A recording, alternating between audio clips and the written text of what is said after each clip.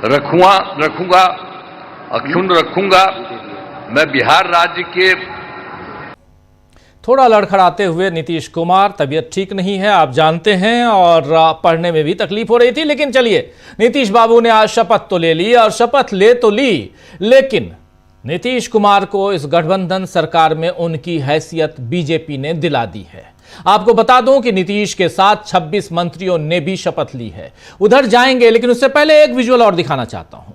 आइए जरा इसको शुरुआत से बिना ऑडियो के इस विजुअल को देखिए, जरा आराम से फुल स्क्रीन ले आइए। देखिए इसमें तस्वीरें बहुत कुछ बयां करती हैं। एक तो आज एक साथ पांच मंत्रियों ने एक साथ, बिल्कुल जैसे लग रहा था कि किसी गाने का कोरस जो चल रहा होता है ना, वो कोरस चल रहा था। लेकिन उसके अलावा आप देखिए, आ रहे हैं मंत्री पद की शपथ लेने के बाद मंत्री जो हैं वो आते हैं, चले जाते हैं। नीतीश बाबू बैठे हैं हाथ जोड़े हुए, लेकिन उनकी तरफ कोई देखता भी नहीं है। और खासकर जो 14 मंत्री जो बीजेपी के 14 मंत्री जो बने हैं, उनमें से मैक्सिमम ने प्रधानमंत्री से हाथ मिलाकर उनका अभिवादन करते हुए तो नजर आए, लेकिन नीतीश बाबू बैठे रहे कुर्सी पे। नीतीश बाबू की तरफ किसी ने देखा भी नहीं। आखिर ये क्या चल रहा है? नीतीश कुमार हाथ जोड़ रहे हैं, लेकिन बाकी जो मंत्री हैं, जो उनके मातहत काम करेंगे, मुख्यमंत्री के मातहत होंगे, उनके मंत्रिमंडल के वो सदस्य हैं, लेकिन मुख्यमंत्री की तरफ आप मुखातिब नहीं हो रहे हैं। प्रधानमंत्री को नमस्कार करते हैं और निकल लेते हैं। क्या यही हैसियत रही गई नीतीश कुमार की? आइए आपको बता दूं कि नीतीश के साथ 26 मंत्रियों ने भी शपथ ली है। ग्राफिकली जरा स्क्रीन पर हम लेके आते हैं। नीतीश के साथ 26 मंत्रियों ने शपथ ली, लेकिन इनमें से बीजेपी के 14 मंत्री हैं। 14 मंत्री बीजेपी के, और जेडीयू से केवल 8 मंत्रियों को जगह मिली है। जबकि चिराग पासवान के खाते में 2 मंत्री पद आए हैं। जीतन राम मांझी और उपेंद्र कुशवाहा को एक एक मंत्री पद दिया गया है। यह तो समझ आ रहा है कि उनकी भागीदारी इससे ज्यादा नहीं हो सकती थी। खासकर उपेंद्र कुशवाहा और इधर चिराग पासवान की बात करें और हम की बात करें, यानी जीतन राम मांझी की बात करें, उनकी भागीदारी जितनी थी उस हिसाब से है। लेकिन और अगर चिराग पासवान की बात की जाए तो चिराग पासवान को यहां बड़ी चतुराई से आगे बढ़ाया गया है, और सबसे बड़ा हिस्सा जो है वो बीजेपी ने अपने पास रखकर नीतीश कुमार को बता दिया है कि अब बिहार में उनके लिए पहले जैसी बहार नहीं रहेगी। बिहार में बहार बाद नीतीश कुमार बाद जो था पहले, अब वो बहार नहीं रहेगी वहां पे। अब बड़ा भाई का किरदार बीजेपी का है, यह आज बीजेपी ने यहां दिखा दिया है। नीतीश सीएम भले बन गए हैं, मगर असली डोर बीजेपी के हाथों में रहेगी। चुनावों में बीजेपी पहले ही 90% स्ट्राइक रेट के साथ 89 सीटों पर जीती है, लेकिन नीतीश के पास भी 85 सीटें हैं। फिर भी जेडीयू को कम सीट देकर बीजेपी ने बता दिया है कि बिहार में अब बीजेपी सरकार बनी है, एनडीए केवल मुखौटा है, नीतीश कुमार केवल मुखौटा हैं। अब नीतीश कुमार ने किस दबाव में जेडीयू के कद के साथ समझौता कर अपनी सीएम की कुर्सी बचाई है, यह तो वही जानते हैं। लेकिन आज कहा जा सकता है कि नीतीश जीत कर भी हार चुके हैं। 10 बार सीएम पद की शपथ लेने का कारनामा तो उन्होंने कर दिया, लेकिन इतने लंबे राजनीतिक जीवन के बाद अपना सियासी कद उन्होंने घटाकर, नीतीश कुमार ने घटाकर बीजेपी के सामने खुद को सरेंडर कर दिया है। बिहार की राजनीति में क्या अब बीजेपी का ही बोलबाला चलेगा या नीतीश कुमार की बात भी सुनी जाएगी? यह देखने वाली बात होगी दोस्तों। 5 साल आगे क्या कुछ होगा, सब हम और आप देखेंगे, और इसी माध्यम से डीबी लाइव के जरिए हम आप तक पहुंचाएंगे। इधर चुनाव आयोग की साख बचाने की कथित चिंता भी देश में चर्चा का विषय बनी हुई है। कल ही आपने इसी कार्यक्रम में देखा कि 272 वरिष्ठ लोगों ने, सो कॉल्ड सिविल सोसाइटी के लोगों ने खुला खत राहुल गांधी पर हमला बोलते हुए लिखा था। राहुल गांधी पर सीधा हमला था और बोला था कि राहुल गांधी चुनाव आयोग की साख को खराब कर रहे हैं। और ये जो 272 लोग जो चिट्ठी लिखे, उसमें से 99% लोग सिग्नेचर किया या नहीं किया ये तो मैंने नहीं देखा, लेकिन उनके नाम जरूर देखे। ये 99% लोग जो हैं वो सवर्ण तबके से आते हैं। राहुल गांधी किनकी बात करते हैं? दलितों की, पिछड़ों की, आदिवासियों की, वंचितों की, अल्पसंख्यकों की। इस कैटेगरी से आने वाले लोग कितने हैं उस लिस्ट में आप देख लेंगे। थोड़ी देर बाद स्क्रीन पे ले आऊंगा, आप देखिएगा, खोज कर निकालिए। लेकिन इस पर अब कांग्रेस ने जवाब दिया है। पवन खेड़ा ने इस पर जो कहा है, आइए जरा सबसे पहले उनको सुनते हैं, पवन खेड़ा को, इसी मसले पे। और इधर दूसरी एक चिट्ठी आई है जो 175 लोगों ने लिखी है, वो राहुल गांधी के पक्ष में, इस देश के लोकतंत्र को बचाने के लिए। उस चिट्ठी की भी बात करेंगे, लेकिन पहले कल की चिट्ठी पर पवन खेड़ा क्या कह रहे हैं, सुनिए। रिटायर्ड लोगों के हस्ताक्षर देखे हमने। बात यह है कि एक सर्विंग चुनाव आयोग की फंक्शनिंग पे अगर कोई सवाल उठाए जा रहे हैं, समूचा विपक्ष उठा रहा है, एक सर्विंग चुनाव आयुक्त को पहले बचाने बीजेपी आती है और एक सर्विंग चुनाव आयुक्त को फिर बचाने रिटायर्ड लोग आ जाते हैं। ऐसी क्या बात है? क्या लोकतंत्र को जीवित रखने के लिए सवाल महत्वपूर्ण नहीं होते? क्या ये लोग सब लोकतंत्र को मृत देखना चाहते हैं अपने जीवन काल में? ये अच्छा नहीं लग रहा देखकर। सवाल पूछना मतलब हमला बोलना नहीं होता। ये मानसिकता माननीय प्रधानमंत्री ने इस देश में डाल दी है। जो प्रधानमंत्री से सवाल पूछे वो प्रधानमंत्री का दुश्मन माना जाता है, वो देश का दुश्मन माना जाता है। जो चुनाव आयुक्त से सवाल पूछे, फंक्शनिंग पे सवाल पूछे, जायज सवाल पूछे, उसकी क्या उम्मीद होती है देश को कि भाई वहां जवाब आएंगे? जवाब नहीं आते। भारतीय जनता पार्टी उनकी रक्षा में खड़ी हो जाती है। उससे काम नहीं चलता तो अब रिटायर्ड लोगों की फौज, जो अब माफ कीजिएगा, अब उनको रिटायरमेंट में पार्क वार्क में जीवन बिताना चाहिए, किसी आश्रम में जाना चाहिए, कोई अच्छी बातें करनी चाहिए। और अगर नहीं कर सकते अच्छी बातें तो लोकतंत्र को मजबूत करने के लिए कुछ कदम उठाने चाहिए। और लोकतंत्र सवालों से मजबूत होता है। लोकतंत्र आंख बंद करके, कान बंद करके, मुंह बंद करके नहीं मजबूत होता। लोकतंत्र आंख बंद करके, कान बंद करके, मुंह बंद करके नहीं मजबूत हो सकता।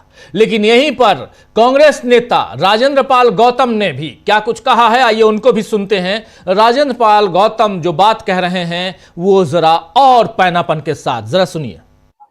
जितने लोग ये ब्यूरोक्रेट्स और ये जजेस जो रिटायर्ड हुए हैं पिछले 10, 12, 13 सालों के अंदर, जिन लोगों ने उसके ऊपर साइन किए 272 अधिकारियों ने, उन सब का रिकॉर्ड चेक होना चाहिए कि कितने लोग हैं जिन्होंने रिटायरमेंट के बाद सरकार से फायदा उठाया। सरकार से फायदा उठाते हैं और जनता के खिलाफ बोलते हैं। आज देश के अंदर कौन है नेता, बताइए, जो इस बात को ईमानदारी के साथ बोलता हो कि पत्रकारिता में दलित कितने, आदिवासी कितने, पिछड़े कितने, सुप्रीम कोर्ट, हाई कोर्ट में, जुडिशरी में दलित कितने, पिछड़े कितने, आदिवासी कितने, देश के व्यापार में उनको कितना हिस्सा मिला, कौन है, कितने लोग बोल रहे हैं, कितने लोग हैं जो कह रहे हैं कि इनकी वोट की चोरी हो रही है। इलेक्शन कमीशन कहता है जिसकी वोट कटते उसको नोटिस जाता है, रजिस्टर्ड पोस्ट से नोटिस जाता है। अरे हमने इतने चुनाव देख लिए, हमारे खुद ने चुनाव लड़ा, हमारे क्षेत्र के अंदर आप देखना, आपने भी देखा होगा, ज्यादातर वोट वहां कटते हैं जहां दलित रहते हैं और माइनॉरिटी के लोग रहते हैं। हमने तो आज तक किसी को नहीं देखा जिसका वोट कटा उसको नोटिस भेजाओ। तो सुन लिया आपने राजेंद्र पाल गौतम को, दलित कितने, पिछड़े कितने। ये 272 लोगों ने जो चिट्ठी लिखी है उस पर इसी वीडियो को शेयर करते हुए कांग्रेस पार्टी ने जो लिखा है वो भी आपके सामने रख रहा हूं। और कांग्रेस पार्टी लिखती है कि राहुल गांधी जी को लेकर जिन 272 लोगों ने खत लिखा है वो सरकार से लाभ ले रहे हैं। खत लिखने वालों में से 99% लोग सवर्ण हैं, जो दलित, पिछड़ा, आदिवासी से नफरत करते हैं। ये लोग वोट चोरी, दलित, आईपीएस की आत्महत्या पर सवाल क्यों नहीं करते। आपको बता दूं कि रिटायर्ड लोगों की इस चिट्ठी के बाद अब 175 प्रमुख हस्तियों ने बिहार चुनाव आयोग और एसआईआर को लेकर खुला खत लिखा है दोस्तों, जिसमें कहा गया है कि हम देश के नागरिक पूरी तरह पारदर्शी, जवाबदेह, मुक्त और निष्पक्ष चुनावों की मांग करते हैं। हम बिहार चुनाव परिणामों को धोखाधड़ी मानते हैं और विपक्ष से भी यही मांग करते हैं कि वो इन परिणामों को स्वीकार न करे। मतलब बिहार में सरकार बन गई है लेकिन चुनाव परिणामों को लेकर घमासान जारी है। इधर मोदी गंगा नदी के बिहार से बंगाल जाने को अपनी जीत से जोड़ रहे हैं कि अब पश्चिम बंगाल में बीजेपी की सरकार बनेगी। लेकिन वहां ममता बनर्जी ने अभी एसआईआर के खिलाफ मोर्चा खोला है। आज ही ममता बनर्जी ने मुख्य चुनाव आयुक्त ज्ञानेश कुमार को एक खत लिखकर राज्य में यानी पश्चिम बंगाल में जारी एसआईआर की प्रक्रिया पर कई गंभीर सवाल उठाए हैं। ममता बनर्जी ने एसआईआर को खतरनाक, बिना प्लान वाला और अमानवीय बताते हुए इसे तुरंत रोकने की मांग की है। ममता बनर्जी ने कहा है कि एसआईआर कवायद न सिर्फ अनियोजित और अराजक है बल्कि खतरनाक भी हो गई है और यह अब चिंताजनक चरण में पहुंच चुकी है। खत में ममता बनर्जी ने साफ कहा है कि यह प्रक्रिया हमारी लोकतंत्र की नींव को हिला रही है। गलत या अधूरी एंट्री के डर से लाखों असली वोटरों का नाम कट सकता है। बीएलओ और आम लोगों पर जो दबाव डाला जा रहा है वो बर्दाश्त से बाहर है। ये बात यहां ममता बनर्जी कह रही हैं। ये बहुत इंपॉर्टेंट बात यहां ममता बनर्जी कह रही हैं और ये काम सिर्फ और सिर्फ बंगाल में नहीं हो रहा है। ये काम उन तमाम राज्यों में हो रहा है जहां चुनाव हैं। जहां चुनाव नहीं है वहां भी, जिसमें उत्तर प्रदेश है, छत्तीसगढ़ है, मध्य प्रदेश है, उत्तराखंड, ऐसे कुछ राज्य और हैं जहां चुनाव नहीं है, वहां भी एसआईआर का काम चल रहा है। एसआईआर के फॉर्म को अगर आप देखेंगे तो आपको खुद समझ में आएगा कि इस फॉर्म के जरिए कहीं ना कहीं आपके वोट को काटने की कोशिश हो रही है। मेरे घर पर भी एसआईआर, मैं नोएडा में रहता हूं, नोएडा उत्तर प्रदेश में आता है, दिल्ली एनसीआर की बात है, और नोएडा में चूंकि उत्तर प्रदेश है राज्य के हिसाब से, यहां भी एसआईआर मेरे घर पर मेरा भी आया हुआ है। मैं उसको देख रहा था तो मैं सोच रहा था कि इसको कैसे, मैं तो चलो भर दूंगा, लेकिन वो गरीब तबका जो पढ़ा लिखा नहीं है वो कैसे करेगा। आप मांग रहे हैं पिता का एपिक नंबर, आप मांग रहे हैं माता जी का एपिक नंबर, आप या 2003 का नंबर। मैं 2003 में यहां नहीं था, कहीं और था, वहां से कहां से ढूंढ के लाऊं। ये सारी चीजें हैं इस कवायद में। बिहार में क्या कुछ हुआ आप सब जानते हैं। बिहार में 69 लाख लोगों के नाम, 70 लाख लोगों के नाम काट दिए और जो जोड़े गए वो नाम कौन है आज तक चुनाव आयोग ने नहीं बताया। कहां से आए वो लोग नहीं बताया, 22 लाख लोग कहां से आ गए। लेकिन जो डिलीशन हुआ और जो सबमिशन हुआ, एडिशन हुआ, जो वहां जोड़ा गया, जो घटाया गया, उन नामों में से टॉप 5 को आप देख लीजिए। उन टॉप 5 में 4 एनडीए के खाते में, जो डिलीशन हुआ उसमें भी जितने नाम काटे गए उसमें से टॉप में, ये तो सिर्फ 4 की बात बता रहा हूं, वहां पर नाम बहुत भी हैं। 128 नाम ऐसे हैं जो जीत के आए हैं, आप लोगों के सामने हम रख चुके हैं। कांग्रेस पार्टी ने ही, कांग्रेस केरला ने उसे जारी किया था। लेकिन डिलीशन में भी और एडिशन में भी, दोनों जगह जो नाम जोड़े गए, जो नाम घटाए गए, उसमें आखिर कैसे सिर्फ और सिर्फ फायदा हो गया एनडीए को, फायदा हो गया बीजेपी जेडीयू को। कैसे, जरा सोचिएगा। क्या यह कवायद कहीं ना कहीं इस देश के साथ छल नहीं है, हमारे आपके साथ धोखा नहीं है? क्या एसआईआर धोखा है? आइए दोस्तों, आज चर्चा करेंगे कि क्या बिहार में नीतीश को उनकी हैसियत का एहसास आज बीजेपी ने करा दिया है, और क्या अब पश्चिम बंगाल फतह का मोदी का सपना ममता बनर्जी तोड़ेंगी, और इन सब के बीच राहुल गांधी के पक्ष में कैसे आ गए दिग्गज। 272 के सामने 175, कौन मजबूत? देश में लड़ाई क्या अब सिविल सोसाइटी के जरिए लड़ी जा रही है? इन सबको सामने हम रखते हैं, उसके साथ चर्चा को आगे बढ़ाते हैं। हमारे साथ कुछ वरिष्ठ साथी जुड़े हुए हैं, उन सबसे आपका पहले परिचय करवाता हूं और आगे बढ़ते। देखिए, इस वक्त 5 हमारे वरिष्ठ साथी जुड़े हुए हैं। फर्राज शाकिब जी फरार हैं, अभी आएंगे थोड़ी देर में। आ गए फर्राज शाकिब जी आ गए। फर्राज शाकिब जी मजाक कर रहा था, लेकिन आप इसी रूप में अच्छे लगते हैं। बहुत बहुत शुक्रिया आपका। और पटना से हमारे साथी अनिल कुमार रॉय साहब जुड़े हुए हैं। अनिल जी, आपका स्वागत है। उधर कोलकाता की बात कर रहा हूं, कोलकाता से हमारे साथी प्रफुल्ल कोलख्यान जी जुड़े हुए हैं, आपका भी स्वागत है। दिल्ली से हमारे 2 साथी प्रशांत टंडन जी, अमलेंदु उपाध्याय जी, आप पांचों का स्वागत है, इस्तकबाल है, स्वागत इस्तकबाल। आप तमाम दोस्त साथी शुभचिंतक आप सबका जो अब तक जुड़े हुए हैं उनका भी, जो जुड़ेंगे उनका भी। आज का दिन बहुत ही गहमा गहमी का दिन था। सुप्रीम कोर्ट में 2 अलग अलग चीजें। एक, सुप्रीम कोर्ट में राज्यपाल की क्या हैसियत है, राष्ट्रपति की क्या हैसियत है, यह सब बताया गया। सुप्रीम कोर्ट में 5 जजों की संवैधानिक पीठ ने आज वो फैसला सुना दिया। उसके बाद उमर खालिद, शर्जील इमाम, इन सब पे अभी केस, इनकी जमानत पर आज लगातार तो ना कहें क्योंकि बीच में एक दिन का ब्रेक था, लेकिन आज भी सुनवाई हुई और कल फिर सुनवाई होगी। उमर खालिद, शर्जील इमाम, गुलफिशा फातिमा, इन तमाम जो आरोपी हैं दिल्ली दंगे के, इन पे कल भी सुनवाई होगी, तारीख पे तारीख। चलिए, अगली तारीख कल है, कल लेके हम आएंगे फिर। लेकिन जो कुछ बिहार में हुआ है और जो कुछ यहां दिल्ली में चल रहा है उस पर तो चर्चा जरूरी है। और पहले बिहार चलते हैं, पहले नीतीश बाबू। और नीतीश बाबू के बारे में बात करने के लिए दो साथी मौजूद हैं, फर्राज शाकिब जी और अनिल कुमार रॉय साहब, दोनों के जरिए। पहले फर्राज शाकिब जी आपके पास आना चाहता हूं। एक तस्वीर अभी मैं दिखा रहा था, नीतीश बाबू बैठे हुए हैं, ऐसे ऐसे कर रहे हैं, हाथ जोड़े हुए हैं, लेकिन ये 14 मंत्री में से कोई भी दिखाई नहीं दे रहा जो पहले या बाद में भी जाके नीतीश बाबू के सामने थोड़ा सिर झुका ले, क्योंकि आपके मातहत में काम करूंगा साहब। नीतीश बाबू की ये हैसियत हो गई है बिहार में। देखिए राजीव भाई, नीतीश जी ने की जो हैसियत है वो आज मंच पर नीतीश जी ने दिखा दी है। वो मंत्री हाथ जोड़े ना जोड़े उससे क्या ही फर्क पड़ता है। नीतीश जी ने, अगर नीतीश जी की हैसियत नहीं होती या नीतीश जी अपने सही स्टेट ऑफ माइंड में नहीं होते तो आज भाजपा का मुख्यमंत्री मंच पे शपथ ले रहा होता। नीतीश जी नहीं ले रहे होते। ये वही नीतीश जी हैं जो कैबिनेट की बैठक के बाद इस्तीफा लेकर गए राजभवन, और राजभवन में इस्तीफा दिए बिना लौट आए। पता चला वहां सम्राट चौधरी इशारा भी करते रहे कि आप चिट्ठी दे दीजिए इस्तीफा वाला, और नीतीश जी ने उनको वहीं आंख दिखा दिया कि चुपचाप बैठे रहो एकदम शांति से।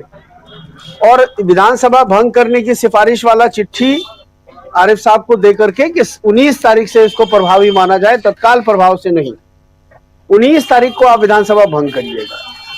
और तब तक, जब तक भाजपा की बैठक हो जाए, एनडीए विधायक दल की बैठक हो जाए और हमको नेता चुन लिया जाए, उसके बाद हम आके इस्तीफा देंगे और राजभवन से सरकार बनाने का निमंत्रण लेकर के जाएंगे। 1 घंटे की मोहलत नहीं दी नीतीश जी ने। नीतीश जी को पता था कि अगर 1 घंटे की मोहलत हमने दे दिया इनको तो ये आधी रात को भी अपने मुख्यमंत्री को शपथ दिलवा सकते हैं। महाराष्ट्र में हम लोगों ने देखा है। हेलो जी जी जी, साकिब जी आपकी आवाज आ रही थी। चलिए आपका वीडियो डाउन हो गया, कोई बात नहीं। लेकिन अनिल कुमार रॉय साहब, जरा आपके पास आना चाहता हूं। नीतीश बाबू, क्या यहां से अब यह माना जाए कि वो हाशिए पे बिठा दिए गए हैं, हाशिए पे चले गए हैं नीतीश कुमार? आगे फर्राज जी दोबारा जुड़ेंगे, चलिए कोई बात नहीं। फर्राज जी दोबारा जुड़ेंगे जी। अनिल कुमार रॉय साहब। राजीव जी, इसमें कोई शक नहीं है कि नीतीश जी अब सेकेंडरी हो गए हैं। भले ही प्रमुख पद, मुख्यमंत्री के पद पर शपथ उन्होंने ली है, जिस तरह वे बोल रहे थे शपथ ग्रहण को में, जिस तरह अक्षुण्ण शब्द पर लगातार कई बार अटक गए थे और बीच में भी कई बार लड़खड़ा गए थे, यह सब उनके मेंटल स्टेटस को भी शो करता है। और जो चित्र अभी आपने फोकस करके दिखाया भी कि वह मंच पर वह केवल उपेक्षा नहीं है, वह केवल अनादर नहीं है, वह मंच पर गांधी मैदान में यह शपथ ग्रहण हुआ है कि हजारों लोगों के बीच में यह ऐलान है, यह प्रदर्शन है कि अब आपके मुख्यमंत्री की भाजपा के सामने क्या स्थिति है। और इस बात से भी पुष्टि होती है कि बीजेपी के अधिक मंत्री शपथ ग्रहण करते हैं, जेडीयू के कम मंत्री शपथ ग्रहण करते हैं। तो इन दोनों बातों से यह ऐलान होता है कि अब मुख्य भले ही लिखने के लिए नीतीश कुमार जी हों, लेकिन अब वे मुख्य नहीं रहेंगे। यह बात। दूसरी बात, मैं चूंकि बिहार ऐसी जगह है जहां से यह चुनावी प्रक्रिया का जो विवाद शुरू हुआ है वो थमने का नाम नहीं ले रहा है, और यह लंबे समय तक जो स्थिति दिख रही है कि लंबे समय तक यह जारी रहेगा। मैं दर्शकों का ध्यान इस बात की तरफ भी आकर्षित करना चाहता हूं कि किस तरह आप जब गौर से देखेंगे कि नाम कटने की प्रक्रिया को, तो बहुत आश्चर्य होगा यह देख करके कि तेजस्वी यादव के गृह जिले में लगभग 12% लोगों के नाम कटे हैं या काटे गए हैं, और नीतीश जी के गृह जिले में लगभग 3% लोगों के नाम कटे हैं या काटे गए हैं, और जो मुस्लिम बहुल इलाके हैं उसमें लगभग 9% के लगभग कटे हैं। तो ये सब चीजें देखने और समझने की है कि इसका अभिप्राय क्या है। दूसरी बात कि कई राज्यों में, शायद 12 राज्यों में जो एसआईआर की प्रक्रिया शुरू हुई है, उसमें असम में एसआईआर नहीं हो रहा है। इसकी तरफ भी ध्यान आकर्षित किए जाने की जरूरत है कि वहां पर एसआर हो रहा है, वह इंटेंसिव नहीं होगा वहां पर, जबकि दूसरे राज्यों में, बिहार में, पश्चिम बंगाल में ये सारी चीजें होंगी, इंटेंसिव होगा वह, लेकिन असम में वह इंटेंसिव नहीं होगा। तो यह सब है सो देखने और समझने की बात है कि किस दिशा में यह चला जा रहा है। तीसरी बात मैं अपनी टिप्पणी करना चाहूंगा कि जिन 175 लोगों ने के हस्ताक्षर से वह सूची जारी हुई है, वह 175 ही अंतिम संख्या नहीं है, वह संख्या लगातार बढ़ती भी चली जा रही है। और उन लोगों ने बिहार चुनाव को खारिज करने की बात कही है, यह अपील की है। तो इस तरह हो सकता है कि आगे चल कर के वह संख्या कई सौ या हजारों में वह चली जाए। तो यह बात अनसुनी नहीं होनी चाहिए। और जिन कारणों से कि जिस चुनाव आयोग पर को केंद्र में रख करके ये सारे प्रश्न खड़े हैं और खड़े हो रहे हैं, लगातार मजबूत होते चले जा रहे हैं, गहराते प्रश्न चले जा रहे हैं, इन बातों को नजरअंदाज नहीं किया जा सकता है। और यह जो सूची जारी हुई है या जो कार्य किया जा रहा है, यह सरकार के द्वारा नहीं किया जा रहा है, यह नागरिक और नागरिक संगठन कर रहे हैं। अर्थात नागरिक और नागरिक संगठन के बहुतेरे प्रबुद्ध लोग इस चुनाव को अमान्य, बिहार चुनाव को अमान्य घोषित कर रहे हैं। यह एक लोकतंत्र पर का बहुत बड़ा प्रश्न है, जिस पर विचार किए बिना उसको दरकिनार करके हम नहीं गुजर सकते हैं। जी बिल्कुल आप सही कह रहे हैं, इसको दरकिनार करके हम नहीं आगे बढ़ सकते। यहाँ पे एक बार फर्राज जी जल्दी से, आपकी आवाज बीच में चली गई थी, अपनी बात प्लीज आगे बढ़ाइए, फिर आगे बढ़ते हैं और 272 175 की बात भी करेंगे। यहाँ पर परिस्थितियां बहुत तेजी से बदलती हुई नजर आ रही हैं और दिसंबर का पहला सप्ताह बहुत ही महत्वपूर्ण होने जा रहा है इस देश की सियासत के लिए। फर्राज जी, बिहार। देखिए, नीतीश जी ने आज शपथ ले लिया। अभी भी स्पीकर के नाम पर लोगों ने अपना एक कयास लगाना शुरू कर दिया है कि प्रेम कुमार स्पीकर बनेंगे, लेकिन अभी तक उसकी पुष्टि नहीं हुई है। ना मुख्यमंत्री आवास से पुष्टि हुई है, ना मुख्यमंत्री सचिवालय से, और ना ही कहीं राजभवन से इसकी पुष्टि हुई है। मंत्रियों ने शपथ लिया है। एक महत्वपूर्ण संकेत आप इस पूरे आज जो मंत्रियों ने शपथ लिया है, तकरीबन 36 से 37 मंत्री बिहार सरकार में इस विधानसभा में 5 साल का जो कार्यकाल है, इसमें 36 मंत्रियों की गुंजाइश है और लगभग 28 या 29 मंत्रियों ने शपथ लिया है और 8-9 मंत्री 27 है टोटल, 27 मंत्री इंक्लूडिंग सीएम इंक्लूडिंग सीएम। और अभी उसमें तकरीबन 7 से 8 मंत्रियों की जगह और खाली है जो जदयू कोटे की है। जदयू कोटे से सिर्फ 8 मंत्रियों ने शपथ लिया है आज, बाकी सबने बीजेपी कोटे से लिया है। नहीं तो लेकिन आज जदयू कोटे से बाकी मंत्री क्यों नहीं लिए गए आखिर? बीजेपी मैं वहीं आ रहा हूं जी, मैं वहीं आ रहा हूं राजीव भाई, मैं वहीं आ रहा हूं। जदयू कोटे से जो मंत्रालय अभी आवंटित होना है, आप इस बात का संकेत समझिए कि अभी छोटे दलों में टूट फूट होने की गुंजाइश है और इन छोटे दलों को तोड़ करके नीतीश जी के जनता दल यूनाइटेड के विधायक दल में मिलाया जाएगा और मंत्रालय उनको दिया जाएगा। आज एक गोदी मीडिया सुबह खबर चला रहा था कि कांग्रेस के टूटकर जदयू में जाने वाले हैं। मैं मानता हूं इस बात को कि वो जा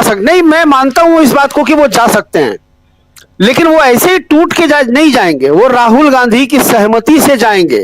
देखिए, आज के बाद नीतीश जी का अगला सबसे बड़ा लक्ष्य है अपने विधायक दल को 85 से 95, 93, 92 तक पहुंचाना। 89 का विधायक दल भाजपा का है। आपको बता देता हूं, पिछले बार जो खेल हुआ था, जैसे ही भाजपा का विधायक दल 77 का हुआ, चचा ने इधर से 4 विधायक एमआईएम को तोड़वा के आरजेडी में शामिल करा दिए थे। आरजेडी का विधायक दल हो गया था 79 का। ये विधायक दल अभी आप देखेंगे कि 6 महीने के अंदर अंदर नीतीश जी का विधायक दल 90 प्लस होगा। और उसकी कवायद चल रही है, उसी लिए ये मंत्रालय बचा के रखे गए हैं। एमआईएम वाले 4 आएंगे, उसमें से किसी एक को मंत्री बनाया जाएगा। कांग्रेस के 6 अगर नहीं आए तो 5 आएंगे, 4 आएंगे, उनमें से किसी एक को मंत्री बनाया जाएगा। और आज जो मंत्री बने, इनके मंत्री बनने में कोई संदेह था क्या? कहीं कोई नया चेहरा? आप कांग्रेस को लेकर इतने कॉन्फिडेंट क्यों हैं, और क्यों कांग्रेस के लोग जाएंगे वहां बीजेपी के साथ सरकार में? देखिए, कांग्रेस कि वो जाएंगे, एमआईएम के तो हैं, वो बी टीम है, खुले तौर पे कई लोग बोलते हैं। आप भी थे हमारे साथ सीमांचल में, वहां के जो वोटर्स थे वो कह रहे थे कि वो तो बी टीम है, उसको वोट नहीं देंगे हम। भले यहां तो बात ही दूसरी हो गई, जिस कारण उनके 5 सीटें उनके खाते में आ गई, लेकिन कांग्रेस अपनी मेहनत पर क्यों दाग लगाएगी? देखिए, कांग्रेस, मैं कह तो रहा हूं कि कांग्रेस, ये मैं नहीं कह रहा हूं कि एकदम से कांग्रेस के चले ही जाएंगे, लेकिन इसकी संभावना है। कांग्रेस के एमआईएम के 4 और उपेंद्र कुशवाहा के 4 नहीं। फर्राज साकिब जी, मैं आपके इस विश्लेषण से सहमत नहीं हूं, इसलिए मैं कह रहा हूं क्योंकि कांग्रेस के पास मात्र 6 सीटें हैं। साकिब जी, बड़ा अदब के साथ मैं विरोध जता रहा हूं। कांग्रेस के पास अगर मात्र 6 सीटें हैं तो कांग्रेस टूट जाएगी। क्यों ऐसा हम मान रहे हैं? एआईएम टूटेगी अगर पूरे के पूरे 5 भी चली जाती है। 85 सीटें हैं इनके पास, 85 सीटें हैं जेडीयू के पास, और जेडीयू में उपेंद्र कुशवाहा की 4 सीटें मिल जाती हैं तो जेडीयू ऐसे 89 बराबर, 5 सीट में से 4 सीट भी चली गई एआईएम की तो 93 सीटें हो गए आगे। फिर कांग्रेस की जरूरत क्या है, और कांग्रेस क्यों अपनी फजीहत करवाएगी बिहार में? मैं यही तो आपको कह रहा हूं राजीव भाई, मेरे कहने का मतलब यही है कि अगर ऐसा हुआ तो वो कांग्रेस की सहमति से होगा। मैं आपको ये बता रहा हूं, क्योंकि हर हाल में नीतीश जी अपनी तरफ से कांग्रेस के विधायक दल को नहीं छुएंगे, ये भी मैं आपको बता देता हूं। नीतीश जी का पहला निशाना एमआईएम कह रहा हूं। ऐसा क्यों विधायक? इसलिए कि आज राजभवन के खेल की संभावना खत्म हो गई। आज महाराष्ट्र का जो मॉडल है, उसके बाद राजभवन से अब कोई खेल नहीं होगा। अब राजभवन नीतीश जी को कभी नहीं, सुप्रीम कोर्ट ने कह दिया है कि राज्यपाल के पास तीन ऑप्शन है मात्र। या तो किसी बिल को आप पे साइन कीजिए, पहला ऑप्शन। ये तमाम साथी सुन चुके हैं, सुबह दिन में हमने कार्यक्रम किया, लेकिन फिर भी राज्यपाल के पास मात्र 3 ऑप्शन है। कोई भी बिल आता है लेजिस्लेटिव की तरफ से तो पहला कि आप उस पर साइन कीजिए, साइन नहीं करते हैं तो कारण के साथ आप वापस कीजिए, और वापस नहीं करते हैं तो तीसरा ऑप्शन है आप राष्ट्रपति के पास भेजिए। हम लिमिट नहीं कर रहे हैं, लेकिन आपके पास ये 3 के अलावा चौथा ऑप्शन नहीं है। चौथा ऑप्शन नहीं है तो फिर राज्यपाल कितने दिन रखेंगे अपने पास? रख नहीं सकते। उनको सिर्फ 3 ऑप्शन दिए गए सुप्रीम कोर्ट की तरफ से। मतलब ये कि राज्यपाल अब नीतीश जी को बहुमत साबित करने के लिए नहीं कह सकते हैं, फ्लोर टेस्ट के लिए राज्यपाल अब नहीं कह सकते हैं। मैं ये बोल रहा हूं, आने वाले 5 साल में राज्यपाल उनको फ्लोर टेस्ट के लिए नहीं कहेंगे। अब जो भी खेल होगा वो फ्लोर पे होगा, और उसी फ्लोर के खेल की तमाम संभावनाओं को खत्म करने के लिए मैं आपको बता रहा हूं कि पहला निशाना नीतीश जी का यह है कि अपना विधायक दल बीजेपी से बड़ा करो। और बीजेपी से विधायक दल बड़ा करने का मतलब उपेंद्र कुशवाहा के बड़े भाई हैं नीतीश जी, तो वो बड़े भाई के लिए भी कुछ भी कर सकते हैं। उधर आरजेडी से भी कहा जाएगा कि भाई समान दोस्त है, तो भाई समान दोस्त के लिए हो सकता है कि आरजेडी से भी जो है वो टूट हो जाए, लेकिन एमआईएम और एलजेपी-आर के विधायक टूटेंगे। आप लिख लीजिए इसको। चचा के ऊपर चिराग जी बोलते रहते हैं ना कि मेरा परिवार तोड़वा दिया, मेरी पार्टी तोड़वा दिया, अभी चचा उनका विधायक दल भी तोड़ेंगे। ये मैं आपको पूरी जिम्मेदारी से कह रहा हूं कि एलजेपी-आर के 13 विधायक जनता दल यूनाइटेड में आने वाले उत्तर प्रदेश चुनाव से पहले चले जाएंगे। आप लिख लीजिए इसको, लॉक कर लीजिए। चलिए लॉक कर लेते हैं, ये बहुत इंपॉर्टेंट बात आप कर रहे हैं। जरा आते हैं जल्दी से प्रफुल्ल जी बिहार पे, आएंगे बंगाल पे भी, और आप दोनों जगह पैरेलल पारी खेलने वाले हैं, और बहुत मजा आएगा आने वाले समय में जब बंगाल पे हम और चर्चा करेंगे। प्रफुल्ल जी, जरा बिहार में जो हो रहा है, नीतीश बाबू, वो तस्वीर देखकर काफी तकलीफ होती है। 10 बार का मुख्यमंत्री, एक बार नहीं 10 बार शपथ ली। भले ठीक है 5-5 साल, 5 मल्टीप्लाई इंटू 10 नहीं कर रहा हूं, 5 साल में 3 बार 4 बार ओथ ले लिए, लेकिन आपसे यह समझना चाहता हूं कि मुख्यमंत्री जी की हैसियत यहां, और फर्राज साकिब जी जो बात कह रहे हैं उसमें भी ये सही है कि नीतीश बाबू चाहेंगे कि हमारा कुनबा आगे बढ़े, और ऐसे में आज की तारीख में जब पहली ओथ सेरेमनी है, उसमें यह पहला समारोह हो, इस समारोह में नीतीश बाबू को मात्र 8 सीटें, 8 मंत्रिमंडल में मात्र 8, और बीजेपी अपने खाते में 14। क्या समझा जाए इसको? देखिए, नमस्कार सभी को। अभी जो अपने खाते में उन्होंने सिर्फ 8 लिया है और भारतीय जनता पार्टी के 14 मंत्री हुए हैं, तो अभी जो उनकी समझदारी विकसित हुई होगी कि अब उस 8 में से और लोगों को अपना सामाजिक संतुलन के अंतर्गत लेंगे और धीरे धीरे लेंगे। अभी उनके अपने दल के टूटने का भी खतरा दूर नहीं हुआ है, और तो इसलिए वो धीरे धीरे देखेंगे कि किस आदमी के साथ कितने विधायक हैं। जो मंत्री के साथ 4, 5, 6 विधायकों का समर्थन होगा उनको मंत्री बनाएंगे। इसलिए अभी इंतजार कर रहे हैं। अभी उनको पता ही नहीं है कि कौन टूट करके किधर जाने वाला है। हो सकता है ये आकलन कर रहे हों, लेकिन जिस तरह से शपथ ग्रहण के बाद मंत्रियों ने उनकी उपेक्षा की, ऐसे व्यक्तित्व तो नीतीश कुमार जी नहीं है कि प्रधानमंत्री से कोई हाथ मिलाए और मुख्यमंत्री की तरफ जुड़े हुए हाथ की तरफ देखे ही नहीं या उसे दिखे ही नहीं। तो ये तो अद्भुत नजारा है, और ये चूंकि पब्लिक परसेप्शन में जा रहा है। जिस राष्ट्र का गौरव है नीतीश कुमार जी, उस राष्ट्र के लोगों को और उनके मतदाताओं को, उस राज्य के रहने वालों को और लोकतंत्र प्रेमियों को ये बिल्कुल अच्छा नहीं लगेगा, क्योंकि वहां तो प्रधानमंत्री अतिथि है ना, कर्ता तो वहां पर मुख्य रूप से नीतीश जी हैं, और नीतीश जी बगले झाँक रहे हैं इधर उधर, और जो वो हाथ जोड़ भी रहे हैं तो उनके पास कोई उधर ध्यान ही नहीं दे रहा है। वो हाथ जोड़ते हुए देख रहे हैं निरीह बन करके। फरहाद सकैफ जी ने जो स्ट्रेटेजिक नैरेटिव बनाया है या सामने रखा है, मैं उसे स्ट्रेटेजिकली डिनाई करता हूं। अगर कांग्रेस के भीतर खाने में यह बात चल भी रही हो कि कांग्रेस सहमति देकर के क्यों अपना क्या चुने हुए विधायकों को स्लीपर सेल बना के कांग्रेस जेडीयू में भेजेगा, क्यों भेजेगा? जबकि उनके अपने जेडीयू का अपने ही विधायक कहीं और जाने के लिए गठरी मोटरी बांध रहे हों, तो कांग्रेस क्यों भेजेगा? अगर जरूरत पड़ेगी तो सदन में समर्थन कर देगा। इसमें कोई दिक्कत तो है नहीं। किसी बिल पर, किसी इंपॉर्टेंट मुद्दे पर समर्थन कर ही सकती है कांग्रेस। तो कांग्रेस के बारे में यह फैलाना और आरजेडी के बारे में भी यह फैलाना, मैंने जहां कहीं से बात, जिस स्ट्रेटेजिक एनालिसिस से बात आ रही हो कि वे इनका जेडीयू के समर्थन में चले जाते हैं, बिछड़े हुए भाई की याद आएगी। बिछड़े हुए भाई की याद तब नहीं आई जब उनकी हालत इतनी खराब हो गई और इस तरह की चीजें हुई।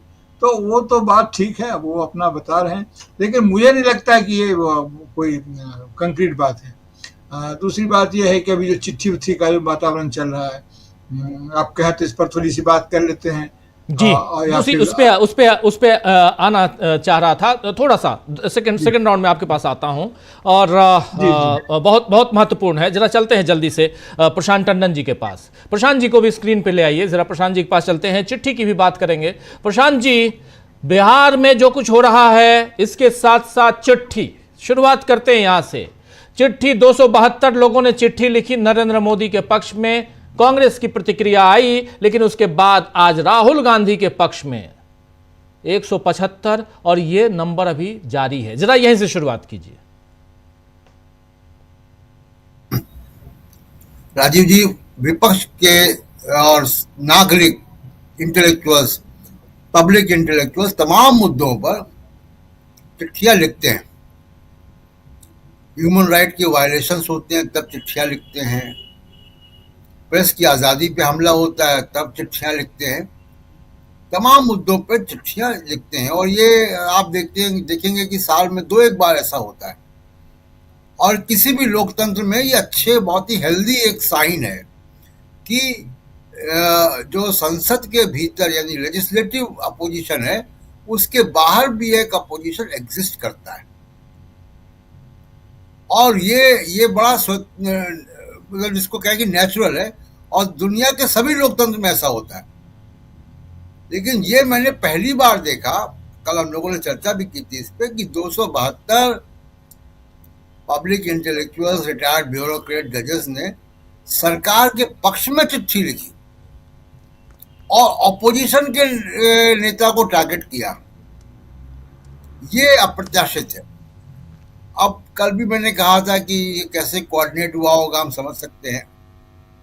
लेकिन देखिए, ये जो चिट्ठियां चल रही हैं उसमें कल भी मैंने कहा था, फिर कह रहा हूं इस बात को, कि जो चिट्ठियां लिखवाई गई उससे बड़ा साफ एक जाहिर होता है कि नरेंद्र मोदी को या उनकी रिजीम को अब राहुल गांधी के कैंपेन से डर लग रहा है, और उनको डर लग रहा है कि अगर इस तरीके से राहुल गांधी हर 2 महीने में कभी हरियाणा, कभी महाराष्ट्र, कभी अलंग, कभी महादेवपुरा का कच्चा चिट्ठा खोलते गए तो धीमे धीमे वोट चोरी एक बड़ा राष्ट्रीय मुद्दा बन जाएगा। हम लोग बिहार में थे तो हम लोगों ने देखा कि वोट चोरी मुद्दा था, और हर जगह हमको वैसे लोग मिले, जब जो लोग जो है जिनके नाम कटे या जिनके परिवार के लोगों के नाम कट गए, और वो लोग मिले जिन्होंने 2024 के लोकसभा में वोट दिया और यहाँ पे नाम कट गया विधानसभा में। ऐसे दर्जनों लोग हमको मिले। तो जब कैमरा देख के दर्जनों लोग आ रहे तो समाज में सोचिए कितने लोग होंगे ऐसे। अब लगातार आज राजस्थान से खबर आई है, बंगाल से खबर आ रही है, केरल से खबर आ रही है, बीएलओस आत्महत्या कर रहे हैं। बीएलओ आत्महत्या क्यों कर रहे हैं? बीएलओ 1000, 1200, 900 मतदाताओं को हैंडल करता है, यानी 1000, 1200 के मतदाताओं को हैंडल करने वाला जो अधिकारी है वो वहीं का लोकल होता है, स्थानीय होता है, वो उस समाज का हिस्सा होता है। उसको मालूम है कि किसका नाम काटने को कहा जा रहा है, उसके ऊपर मानसिक दबाव है और उस दबाव को वो झेल नहीं पा रहे लगातार। इसकी कोई जांच होनी चाहिए कि ये बीएलओ आत्महत्या क्यों कर रहे हैं। तो ये पूरा जो वोट चोरी का प्रकरण है ये बड़ा घोटाला है, लेकिन ये 272 लोगों ने क्यों चिट्ठियां लिखी, इसी पे बातें। देखिए, अगर धीमे धीमे राहुल गांधी इस तरीके से जो कर रहे हैं, जनता के बीच में विमर्श जा रहा है, वोट चोरी अगर एक राष्ट्रीय मुद्दा, बड़ा अभी राष्ट्रीय मुद्दा है वो, लेकिन एक बड़ा मुद्दा बन जाए, लोग अपने आप सड़कों पे आने शुरू हो जाए इस पे, तो जो ये पूरा हर चुनाव को जीतने की तरकीब है ये रुक जाएगी जी। और ये जीत अगर रुकेगी तो 2019 के इलेक्शन, जिसको सब्यसाची दास ने, प्रोफेसर सब्यसाची दास ने एक्सपोज किया था अपने रिसर्च पेपर के थ्रू, उसके बाद आप देखिए कि लगातार जो जहां जहां बीजेपी जीत रही उन जीत पे सवालिया निशान खड़े हैं। जनता ने अगर इस मुद्दे को पकड़ लिया और राष्ट्रीय आंदोलन हो गया इसको लेकर, तो जीत का सिलसिला रुक जाएगा। और ये परेशानी है कि जो नरेंद्र मोदी और उनकी जो रिजीम है, मैं बीजेपी को इससे अलग कर रहा हूं, मोदी साहब और उनकी रिजीम को, ये जो लगातार चुनाव जीतने का जो उनका सिस्टम है जी, उस सिस्टम पे राहुल गांधी बड़ा हमला कर रहे हैं और उसकी रोकथाम की तैयारी है कि बुद्धिजीवियों ने चिट्ठी लिखी, मोदी मीडिया इनके साथ है, तमाम और लोग भी साथ हो जाते हैं, लेकिन जनता के बीच में ये मुद्दा जा रहा है और ये परेशानी का कारण है। इसलिए चिट्ठियां लिखवाई गई, ये पैनिक रिएक्शन है, ये प्रतिक्रिया है मोदी रिजीम की। और बिल्कुल। जहां तक जी जी आप कुछ जोड़ रहे थे, प्लीज अपनी बात पूरी कीजिए। तो इसलिए मैं कह रहा हूं कि अगर ये सिलसिला यहां पे रुकता है, और अब विपक्ष के पास सबसे बड़ा एक मौका है कि बिहार में नीतीश कुमार ने थोड़ा जो है ये जो पार्टी जीत की जो जश्न था उसमें ब्रेक लगाया है कि बीजेपी का मुख्यमंत्री वहां नहीं बना। इस सच्चाई को भी हमें देखना चाहिए। तो जीत का जश्न में अगर उन्होंने डीजे का वॉल्यूम कम कर दिया है नीतीश कुमार ने, तो विपक्ष के सामने एक मौका है। जितना भी टाइम है विपक्ष के पास, 1-1.5 साल में मान के चलता हूं कि 1-1.5 साल का मौका विपक्ष के पास पूरा है, जब बीजेपी हिटबैक करेगी और नीतीश कुमार सीन से बाहर जाएंगे। लेकिन जब तक नीतीश कुमार सीन पे हैं, जब तक विपक्ष के पास भी एक मौका है कि एक बिहार से भी एक जन आंदोलन को खड़ा कर सकते हैं जी। और जितने चाहे ममता बनर्जी हो, स्टालिन हो, केरल के पार्टियां हो, सब SIR से भुक्तभोगी हैं और सबका हाल तेजस्वी यादव जैसा ही होगा अगर इसको रोका नहीं गया तो एक राष्ट्रीय आंदोलन की रूपरेखा बननी चाहिए और वो केवल प्रेस कॉन्फ्रेंस से, ट्विटर से, इन सब से नहीं होगा। एक गहन चर्चा, इसमें 15 दिन 20 दिन की एक थिंक वो जो है ब्रेनस्टॉर्मिंग करें और एक बड़े राष्ट्रीय आंदोलन की रूपरेखा तैयार करें। ऐसा आंदोलन जो कि पीछे भी हमारे देश में कई बार ऐसे आंदोलन हुए हैं, एक बड़े लोकतांत्रिक आंदोलन की तैयारी करें। अभी विपक्ष के पास बहुत बड़ा एक मौका है और मैं यकीन के साथ कह सकता हूँ राजीव जी, हम लोग बिहार में थे और बिहार के बाद भी मैं लगातार लोगों के टच में रहता हूँ। विपक्ष अगर वोट चोरी के मुद्दे को राष्ट्रीय आंदोलन बनाएगा तो विपक्ष की बात सुनने को अब लोग तैयार हैं। बिल्कुल, तो इसलिए विपक्ष के पास मौका है अभी।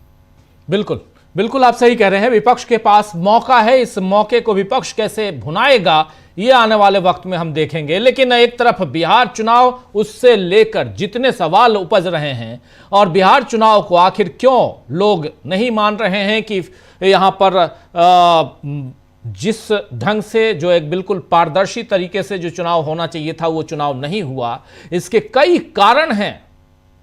सबसे शुरुआत अगर देखा जाए तो 10,000 रुपया महिलाओं को देना, इस पे खूब चर्चा हो गई, वो भी एक कारण। लेकिन इसके बाद जो सबसे, इससे शुरुआत में SIR, ये मुद्दा बहुत गंभीर है। SIR के साथ साथ EVM का मुद्दा भी गंभीर है और कैसे कुछ सीरीज में बातें हुई हैं।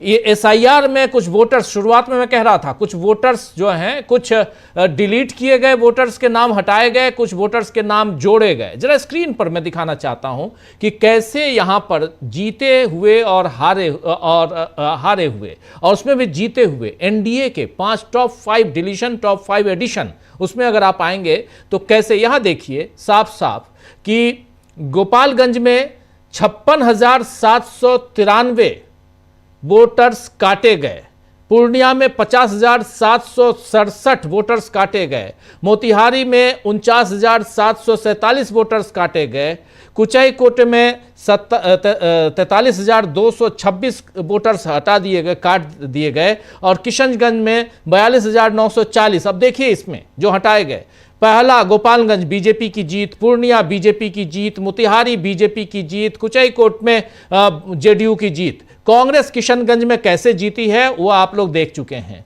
अब देखिए यहां डिलीशन का मामला, यहां पे डिलीशन था, यहां एडिशन का मामला, जो नाम जोड़े गए उसमें नौतन, ठाकुरगंज, फिर चिनारी, अररिया और तरारी। अब देखिए अररिया, यहां पे 4,444 वोटर जोड़े गए, तरारी 3,787 वोटर जोड़े गए। इनमें भी देखिए एक सिर्फ कांग्रेस जीती है, बाकी सब बीजेपी, जेडीयू, LJPR, बीजेपी।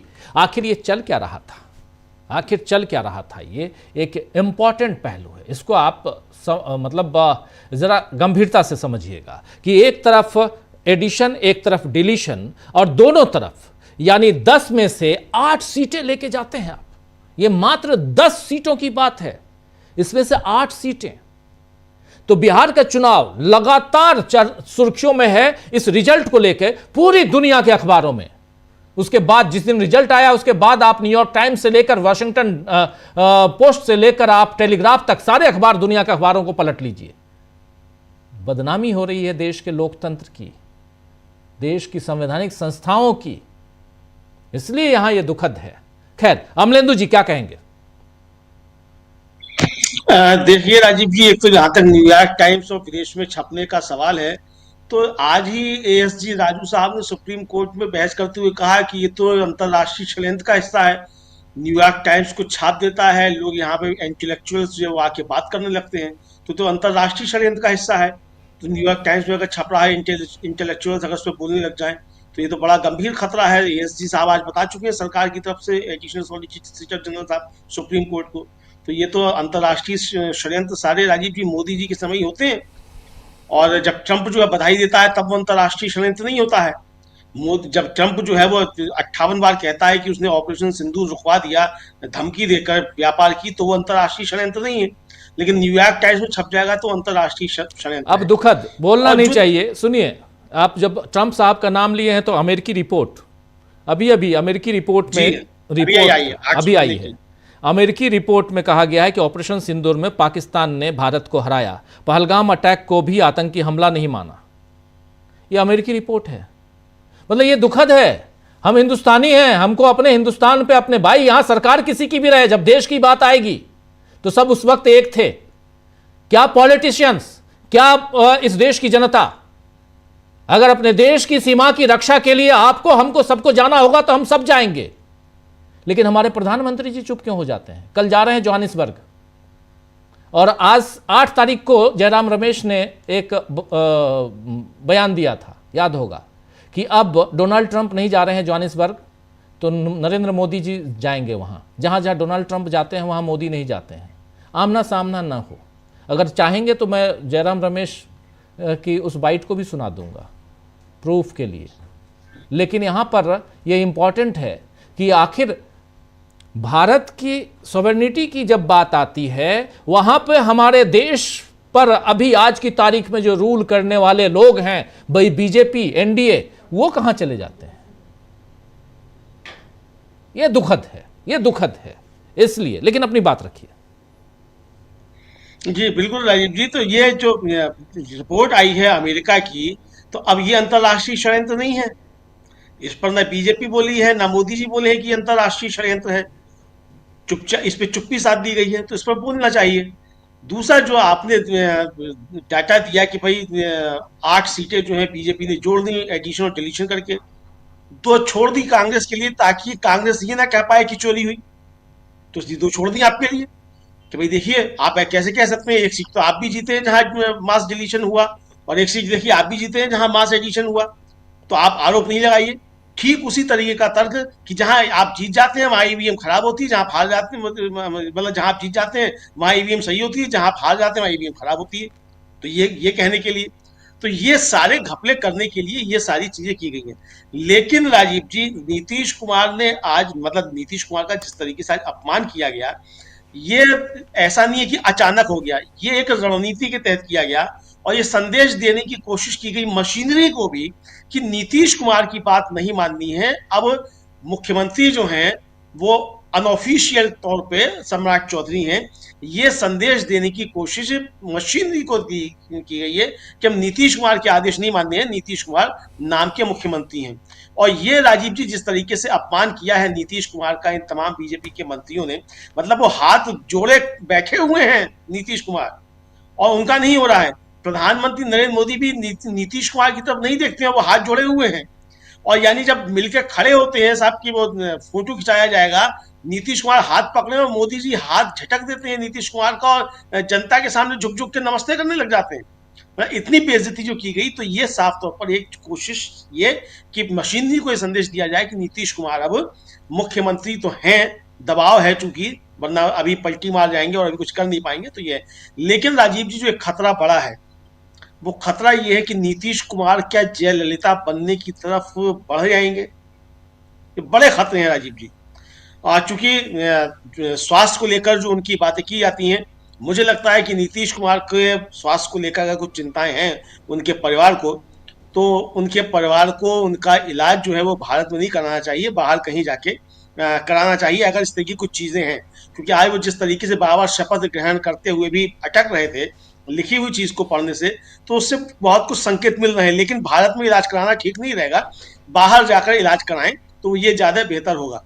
और विपक्ष भी जो है वो तो बिल्कुल तैयार रहे कि कब जो है बिहार में जो है पलटी मारी जानी है, तो इसके लिए तैयारी पूरी तरीके से विपक्ष को भी करनी चाहिए। दूसरा राजीव जी, एक बात मैं कहना चाहूंगा कि नीतीश कुमार मुख्यमंत्री बने, सब बधाई दें, बहुत अच्छी बात है, बधाई दें, बने हैं। लेकिन ये बात कतई ना छोड़ी जाए कि ठीक है चुनाव हो गया और वोट चोरी से बन गई सरकार, तो बन गई, अब चलो छोड़ो। छोड़ना नहीं है, मुझे लगता है कि राहुल गांधी को फिर एक वोटर अधिकार यात्रा इस बिहार में ही करनी चाहिए और जनता से मुलाकात करनी चाहिए जहां जहां वोट कटे हैं सबसे ज्यादा, खासतौर से उन क्षेत्रों में अब ये वोटर यात्रा जानी चाहिए और राहुल गांधी जनता से रूबरू हो वहां जाकर और लोगों को सामने लेकर आए कि किस तरीके से वोट कटे और कहाँ क्या क्या हुआ। मुझे लगता है कि ये एक कार्यक्रम होना चाहिए और खासतौर से राष्ट्रीय जनता दल और तेजस्वी यादव जो है उनको इस पर मुखर रहना चाहिए। अगर लूट लिया गया है चुनाव तो भैया अगर आपको जगह आके रास्ते में लूट लें तो आप क्या करेंगे, लूट तो जाएंगे ना, आपके पास क्षमता नहीं है उससे डकैतों से लड़ने की, लेकिन डकैत आपको लूट के ले जाना और खामोश बैठ जाए ये तो नहीं होगा ना जी। तो बोलना तो पड़ेगा कि हमको लूट के ले गए, तो ये बोलना पड़ेगा, जोर जोर से बोलना पड़ेगा कि बिहार का चुनाव लूटा गया है। जिस तरीके से बाकी विपक्ष बोल रहा है उस तरीके से बिहार के राजनेताओं को भी, बिहार के राजनीतिक दलों को भी ये साफ तौर पर बोलना पड़ेगा कि ये चुनाव लूटा गया है, हम इसको नहीं मानते।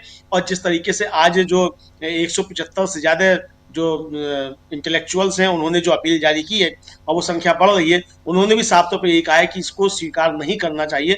मुझे लगता है राजीव जी की उस अपील के साथ इस देश को जो है वो खड़ा होना चाहिए कि बिहार का चुनाव लूटा गया है, ये जनादेश किसी भी तरीके से नहीं। जी जी जी, बिल्कुल बिल्कुल आप सही कह रहे हैं। यहाँ पर चुनाव की बात हम लगातार कर रहे हैं और SIR की बात कर रहे हैं। ज़रा फिर आना चाहता हूँ SIR के मुद्दे पे, ज़रा फर्राह शाकिब जी आपके पास। और एक और बहुत शानदार आंकड़ा देख रहा था मैं, नवीनगर। अब देखिए कुछ ऐसे हैं, कुछ ऐसी सीटें हैं शाकिब जी जहां पोस्टल बैलेट, जहां 27 वोटों से RJD हारी, वहां 360 पोस्टल वोट रिजेक्ट हुए। इलेक्शन कमीशन के डाटा में ऐसे दिलचस्प आंकड़े हैं। 27 वोट। अब देखिए मज़ेदार है, पोस्टल बैलेट नबीनगर 112 वोटों से RJD हारी, 132 पोस्टल बैलेट के वोट रिजेक्ट किए गए। अगियाव 95 वोटों से CPI-ML हारी, 95 से हारी, 175 पोस्टल वोट रिजेक्ट हुए।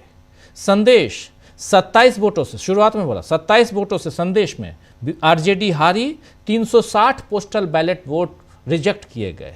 रामगढ़ 30 वोट से BJP हारी, 189 पोस्टल वोट खारिज हुए। रामगढ़ में BSP जीती है, BJP हारी, BSP जीती, क्या फर्क पड़ता है, दोनों एक सिक्के के दो पहलू आज की तारीख में। तो इसलिए ये रामगढ़ को मैं नहीं ले रहा हूं इसमें, लेकिन फिर भी ट्रेंड वही है, चाहे रामगढ़ हो, संदेश हो, अगियाव हो, नबीनगर हो, इन सब पे आप जितने वोट से हारे हैं उससे ज्यादा, उससे 3 गुना, 4 गुना, 5 गुना पोस्टल बैलेट के वोट रिजेक्ट हुए हैं। क्या मायने, क्या ट्रेंड है? फर्राह शाकिब जी, आपको याद होगा जिस दिन काउंटिंग शुरू हुई थी 14 नवंबर को और हम लोग सब बात कर रहे थे आपस में, आपने देखा होगा कि जब तक पोस्टल बैलेट की गिनती हो रही थी महागठबंधन बहुत ऊपर लीड ले चुका था। यह हम लोग पहले इस पर भी चर्चा कर रहे थे कि आमतौर पर पोस्टल बैलेट्स में जो है वो सरकार, जो मौजूदा सरकार होती है वो लीड लेती है, लेकिन पोस्टल बैलेट की गिनती जब हो रही थी तब महागठबंधन और एनडीए का आंकड़ा आसमान जमीन का फर्क था। एनडीए जहां 45 पर था, महागठबंधन उस वक्त 145 पर था। ये सुबह 9:30, 9:15 बजे की बात हम लोग कर रहे हैं, मैं कर रहा हूं। तो आप इस बात, और ये पोस्टल बैलेट, और यही वजह है कि RJD मुझे लगता है कि इन सब बातों को लेकर के विमर्श कर रही है और इन सब को लेकर के वो कोर्ट भी जाएगी। और हो सकता है कि अनिल मसीह कोई दूसरा भी बैठा हो जिसने पोस्टल बैलेट रिजेक्ट किया, फिर बीजेपी का मेयर बनाया, उस तरह की कोई घटना अगर सामने आ जाए तो कोई हैरानी की बात नहीं। लेकिन एक चीज और जरूर इस चुनाव परिणामों ने एस्टैब्लिश किया है कि वोट चोरी का जो नैरेटिव है, लोग कह रहे हैं कि वोट चोरी का नैरेटिव फेल हो गया, और इसको फेल करने में, यानी कि फेल साबित करने में कथित कुछ यूट्यूबर्स भी जो हैं, जिन्होंने पहले तो SIR के नाम पर बहुत स्पेस लिया यूट्यूब पर, और उसके बाद उन्होंने भी कोशिश शुरू कर दी कि बीजेपी के इस जीत को किसी तरह से जो है उनकी रणनीति और उनकी स्ट्रेटेजी बता करके जस्टिफाई कर दिया जाए, और वोट चोरी का मुद्दा जो है उसको गौन करके बताया जाए कि नहीं, ये कोई ऐसा मुद्दा नहीं है, SIR कोई इशू नहीं रहा। लेकिन ये बातें अब सोसाइटी में एस्टैब्लिश हो गई हैं कि वोट चोरी हुई है। इवन जिन लोगों ने एनडीए को वोट किया है वो भी ये मान रहे हैं कि वोट चोरी हुई है। इतनी बड़ी विक्ट्री एनडीए की। शाकिब जी, हम और आप, हम लोग तो लगातार कुछ नहीं तो कम से कम 3000 किलोमीटर घूमे होंगे बिहार में, बिल्कुल बिल्कुल 33,000 किलोमीटर 3300 किलोमीटर 3300 किलोमीटर हम लोग बिहार में घूमे, आप हम सब मिलके। जी 3300 किलोमीटर कम नहीं होता बिल्कुल रोज का। आधा बिहार नाप दिया हम लोगों ने। आधा नहीं 75% बिहार हम लोगों ने नाप दिया। बिल्कुल, बिल्कुल। अब हम लोगों ने जो देखा वो बताया। वो लोग जो पहले देख रहे थे, बता कुछ और रहे थे, उस समय उन्होंने क्यों नहीं बताया कि एनडीए की सरकार आ रही है? उस समय उन लोगों ने क्यों नहीं बताया कि बीजेपी की लहर है, आंधी है, तूफान है एनडीए की? हम लोग बिल्कुल बिल्कुल बिल्कुल उस समय तो वो लोग नहीं बता रहे थे। और उसके बाद तुरंत जैसे इनकी 202 सीटें आती हैं, सारे जो ढोल बजाना शुरू हो गए, ऐसा ही था। और उसके बाद आप कह रहे हैं कि नहीं, मुझे तो बीजेपी वाला समझा जा रहा है, मुझे कुछ और समझा जा रहा है। चलिए खैर, ये उनकी कहानी है, लेकिन चूंकि आपने जिक्र किया तो एक पॉइंट था जो ये आप लोगों को भी सोचना चाहिए, हमारे साथियों, कि आप जो आप देखते हैं वो तो कम से कम रखिए अपने दर्शकों के बीच। देखिए राजीव जी, डीबी लाइव के दर्शकों का के लिए जो है, या उन दर्शकों ने हम पर जो भरोसा किया है या हम पर जो भरोसा करते हैं, वो यही हमारी जो पूंजी है, हमारी जो यूएसपी है, वो हमारी तटस्थता है। हम परिणामों के बाद अपनी राय बदल करके नहीं बैठे। हम अब भी ये कह रहे हैं कि ऐसी कोई हवा नहीं थी, जमीन पर ऐसा कुछ नहीं था, कहीं कोई नीतीश का नाम लेवा नहीं था, कहीं कोई भाजपा का नाम लेवा नहीं था। लोग बदलाव चाह रहे थे। ये चुनाव हम काउंटिंग के टाइम से कह रहे हैं कि मैंडेट रिगिंग है, चुनाव की चोरी हुई है, मशीनरी लगा करके चुनाव की चोरी की गई है, और हम आज भी उस पर कायम हैं। हमारा तर्क या हमारा मत अब भी यह है कि चुनाव की चोरी हुई है, चुनाव निष्पक्ष नहीं हुआ है, जमीन पर ऐसी कोई हवा नहीं थी। अगर ऐसी कोई हवा होती तो हम 7 लोग थे, इन 7 में से कोई एक तो कोई महसूस कर लेता। नालंदा में, पटना में, दरभंगा में, फुलपरास में, झंझारपुर में, मधुबनी में, पूर्णिया में, किशनगंज में, अररिया में, कटिहार में, कदवा में, जोगबनी तक, हम तो विराटनगर भी हुआ है, कहीं तो समझ में आता कोई आदमी। अरे हमने तो रुक करके चाय पिया निर्मली विधानसभा में, सब्जी वाले से आपने बात की, मैंने चाय वाले से बात की, प्रशांत जी ने बिस्किट लेते हुए पान वाले से बात की, और हम सब जब आए वापस तो एक ही मत था कि नहीं, लोग कह रहे हैं बैजनाथ में तो जीतेंगे आरजेडी से, इस बार बदलाव चाहिए, तेजस्वी की सरकार चाहिए। वो आलू बेचने वाला भी वही कह रहा है, चाय बनाने वाला भी वही कह रहा है, पान बेचने वाला भी वही कह रहा है, रेडी पटरी चलाने वाला। जब मैं और फारूक उधर वॉशरूम गए तो जब हम लोगों ने रेडी वाले से पूछा, वो कह रहे नहीं भैया, इस बार तो हम लोग बदलाव चाहते हैं, तेजस्वी को मुख्यमंत्री बनाएंगे। मतलब 5 के 5 में शायद प्रशांत जी आकर के कह देते कि नहीं, वो तो कह रहा था कि एनडीए की सरकार आएगी। मैं और आप कह देते कि चलिए ठीक है, यहाँ तो लालटेन की हवा है।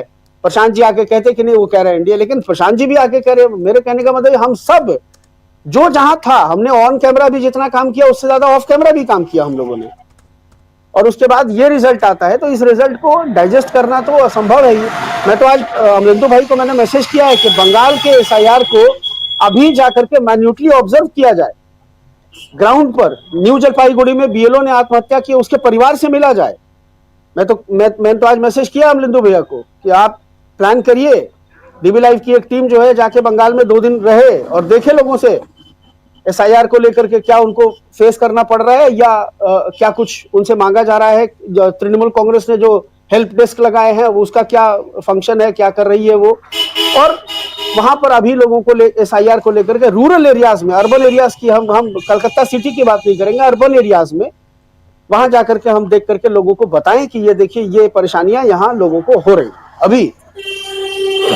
जी बिल्कुल बिल्कुल बिल्कुल। प्रशांत जी, बिहार की बात, एसआईआर की बात, बिहार के वोटर्स की बात, और चूंकि अब आज ओथ सेरेमनी हो गई, अब धीरे धीरे ये चैप्टर अभी तो क्लोज होगा, बिहार चैप्टर क्लोज होगा। बाकी बहुत सारी खबरें आ रही हैं, उस पर हम लोग भी विश्लेषण करेंगे। और शीतकालीन सत्र शुरू होगा, विंटर सेशन शुरू हो रहा है 1 तारीख से, और उसके साथ साथ देश में एक आंदोलन की तैयारी भी चल रही है, उस पर भी चर्चा करेंगे। दीपांकर भट्टाचार्य जो एमएल के लीडर हैं, नेशनल जनरल सेक्रेटरी हैं, उनसे मैंने बात की है। इस कार्यक्रम के ठीक बाद आप दीपांकर भट्टाचार्य को सुनेंगे कि आखिर एमएल या वाम दलों का प्रदर्शन इतना खराब क्यों रहा, वो क्या सोचते हैं, और आगे 5 राज्यों के चुनाव में क्या कुछ होने जा रहा है। उससे पहले एसआईआर को लेकर क्या है आगे की रणनीति पूरे विपक्ष की, इंडिया गठबंधन की, सब कुछ आप सुनेंगे उस इंटरव्यू में। लेकिन यहां प्रशांत जी, बात हमारी वही है जो कह रहे थे फर्राज शाकिब जी, 3300 किलोमीटर की यात्रा हमने की। कहां आपको आंधी दिखाई दी थी क्या? देखिए, बहुत से लोग जो अब लिख रहे हैं, कल भी मैंने कहा था कि वो पर्चे जैसे छाप के बांटे जाते हैं, वैसे पर्चे बांटे जा रहे हैं कि बीजेपी की मेहनत दिखाई दे रही है सबको अब, और उस वक्त नहीं दिख रही थी जब वो बीजेपी वास्तव में मेहनत कर रही थी। देखिए, बीजेपी का प्रेजेंस वहां पे है ऑलरेडी। बीजेपी का प्रेजेंस राष्ट्रीय पार्टी है, सबसे पैसे वाली पार्टी है, उसके पास कॉरपोरेट पूरा अमला उसके पास लगा हुआ है, ब्यूरोक्रेसी है, संवैधानिक संस्थाओं के हाथ पैर मरोड़ के अपने अपने हिसाब से उसको इस्तेमाल करते हैं। तो इसलिए बीजेपी की प्रेजेंस दिखना कोई बहुत हैरत की बात नहीं है। लेकिन मुझे जेडीयू की प्रेजेंस नहीं दिखाई दी थी। मुझे कुशवाहा जी की पार्टी की प्रेजेंस नहीं दिखाई दी थी। हम तो गांव में भी गए थे, किसानों के बीच भी गए थे, गांव की सड़कों में, गांव की गलियों में गए थे।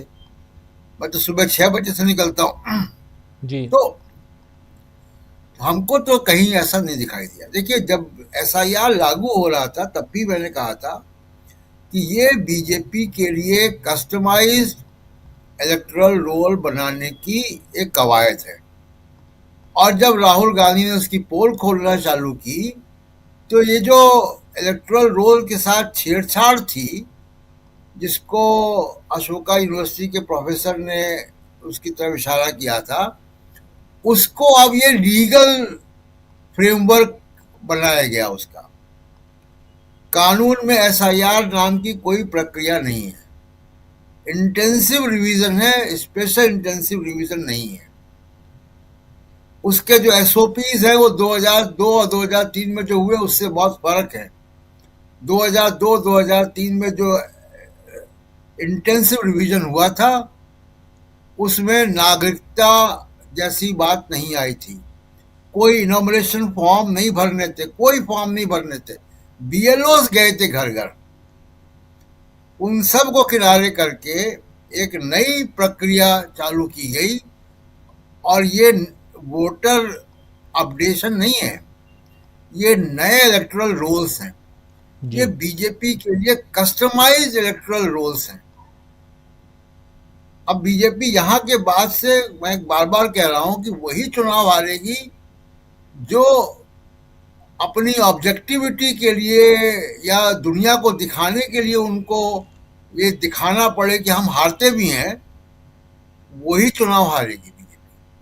कोई क्रूशियल चुनाव जहां पे बीजेपी की स्टेक्स है वहां नहीं हारेगी। हम लोग जब ये बात कर रहे थे तो भी आपको याद होगा कि बार बार मैं इस बात को भी कहता था कि बिहार वो जगह है जहां से 2 बैसाखियों में से एक बैसाखी बिहार से आती है जी, नरेंद्र मोदी की।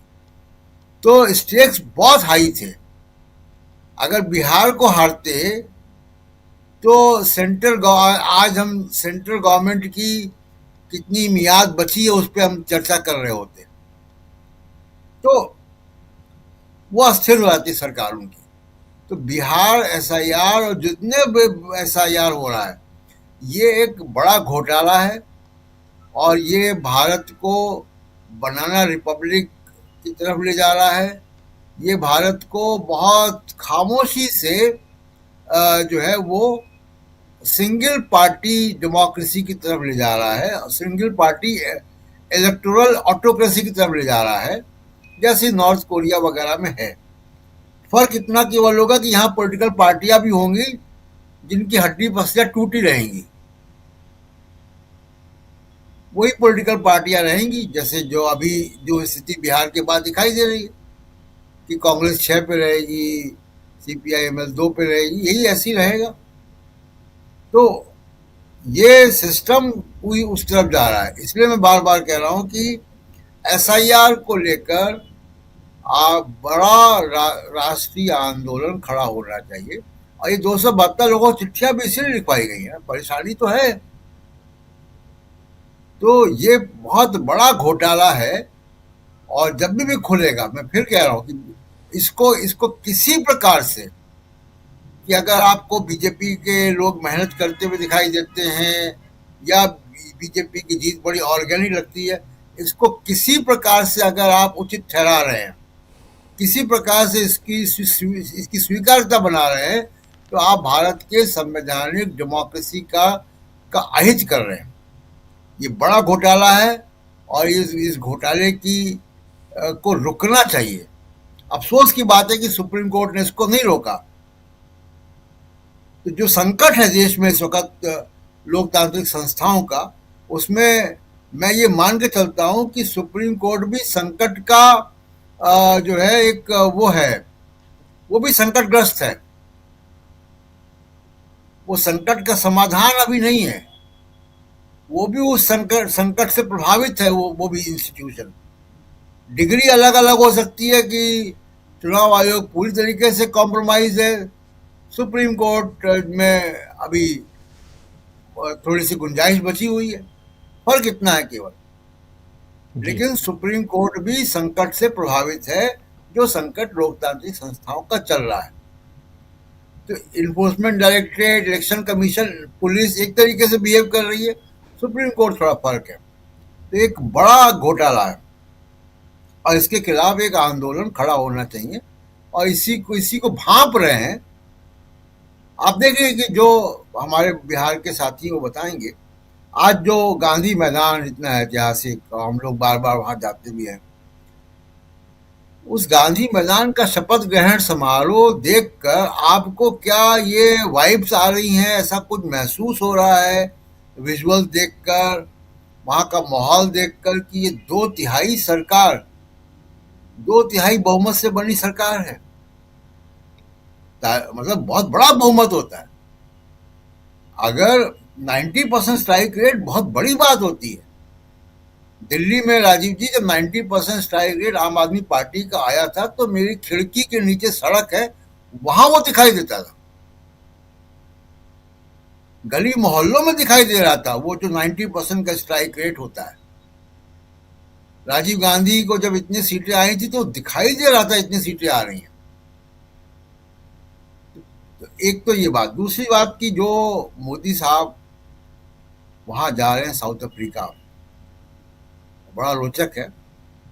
मोदी साहब वहां पे बड़ा एक पावर प्रोजेक्ट जो है साउथ अफ्रीका में आ रहा है और वो $24 बिलियन का है। उसमें फ्रांस और चीन की कंपनियां भी हैं, भारत से अडानी जी हैं। नवंबर में शॉर्ट लिस्टिंग होनी है, टेक्निकल शॉर्ट लिस्टिंग होनी है नवंबर में, इसी में अगले महीने।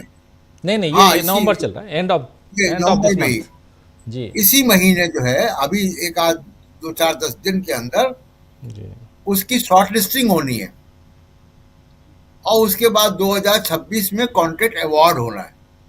ये $24 बिलियन का कई साल चलने वाला उनकी ट्रांसमिशन ग्रिड को बनाने का बड़ा ठेका है। तो मोदी जी की डिप्लोमेसी भी है और साथ में ये काम भी है। जी ये तो जरूरी है। ये आप देख ही रहे हैं, मोदी जी वहीं जाते हैं जहां थोड़ा सा ये काम भी कर लें। जरूरी है, एक साथ एक पंथ दो काज, दो काम हो जाता है।